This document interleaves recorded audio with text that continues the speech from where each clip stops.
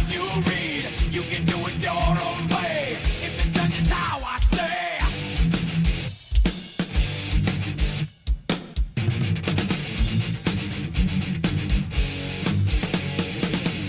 Independence limited. Freedom of choice is made for you, my friend. Freedom of speech is words that they will bend. Freedom with their exception.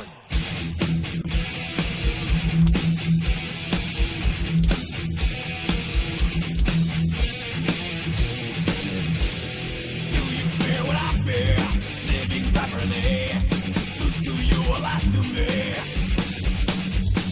Do you choose what I choose? More alternatives.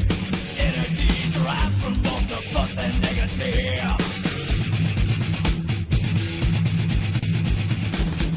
Do you need what I need? Boundaries overthrown. Hi, my name is Joseph Pipkins. I'm going to showcase on how subliminal messages in some of the hard rock bands, such as Metallica, Black Sabbath, and 3 Days Grace, are showing you how our government is corrupt. Now, I'm going to showcase 2 songs specifically, which is And Justice for All and Eye of the Beholder. And Eye of the Beholder is showcasing how we have our rights, but they control and limit how much we can express our rights themselves, such as in the lyrics, you can do it your own way, as long as it's my way. So, you can do it your own way if it's done just how I say. That is referencing to you can have your freedom, you can do whatever you want within the laws that they created themselves. And in Justice for All, they showcase 3 lines of lyrics that is saying justice is lost, justice is raped, and justice is gone. Showcasing that all lines of justice and court and law are trash, and it's not going to be relevant in the next coming up years. And with these bands and with these lyrics, we can showcase to other people how our government is slowly being corrupted and ruining our country.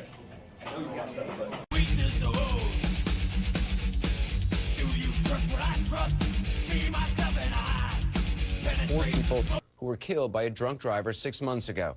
It was Father's Day weekend. A young woman with car trouble was stranded on the side of a road late at night. A mother and her daughter had no inkling their decision to be good Samaritans to help out the stranded motorist would prove fatal. Neither did the youth pastor, who also stopped to help.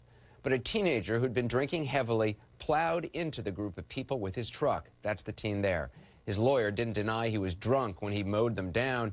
They didn't contest any of the basic facts that the prosecutors presented. What they argued instead was surprising. Their defense, the 16-year-old who killed 4 innocent people, was a victim too, a victim of his family's wealth. They even gave it a name, affluenza. The judge agreed, and the teen, who faced up to 20 years behind bars, got no prison time at all. I was unprepared for the sentence that was delivered. I knew we were in juvenile court. We had hoped to be treated as an adult. So we knew that there were some restrictions, and that we knew that even with a 20-year sentence, that he'd be eligible for parole in a couple of years. And frankly, I was disappointed. I would have been disappointed even a couple of years eligible for parole, because when you consider the victims that night, you consider 4 lives taken with 180 years of future life, not present life, future life. Do you have any doubt that if this young man did not come from a rich family, if he came from a poor family, that the outcome would have been different? Oh, absolutely. Absolutely. My request to the court, my request to Ethan,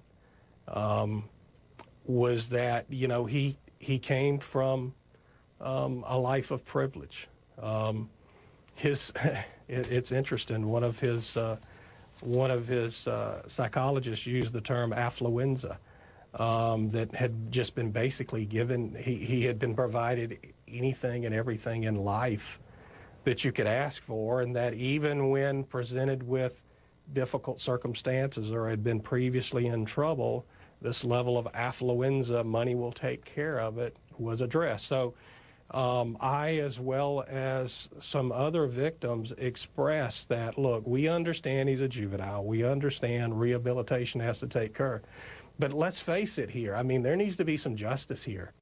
Penetrate the smoke screen, I see through the selfish lie. We pay, nothing can save us. Justice is lost, justice is erased, justice is gone. Pulling your strings, justice is gone. Seeking no truth, winning is all.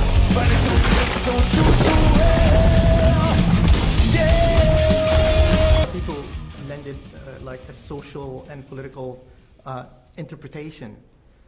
Do you really draw from that? Do you draw from politics, from the wars around the world, from the catastrophes around the world, social issues, problems, whether here or overseas? There were times when we'd use the news or things to inspire us, as in just the human aspect of it. Like, what would it be like to be there and write about it?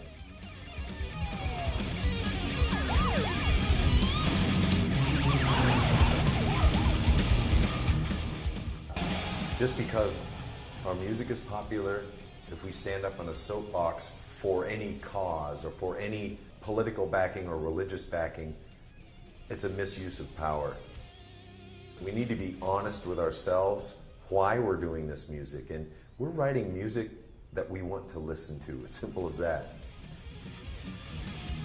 You know, we have never felt like, you know, using the Metallica as a platform to preach a particular dialogue, but obviously we always encourage people to do the right thing, whatever. Working together with like-minded fans that maybe feel the same. People connect on this planet for a reason, and if our music connects us to a certain kind of people, then it was meant to be.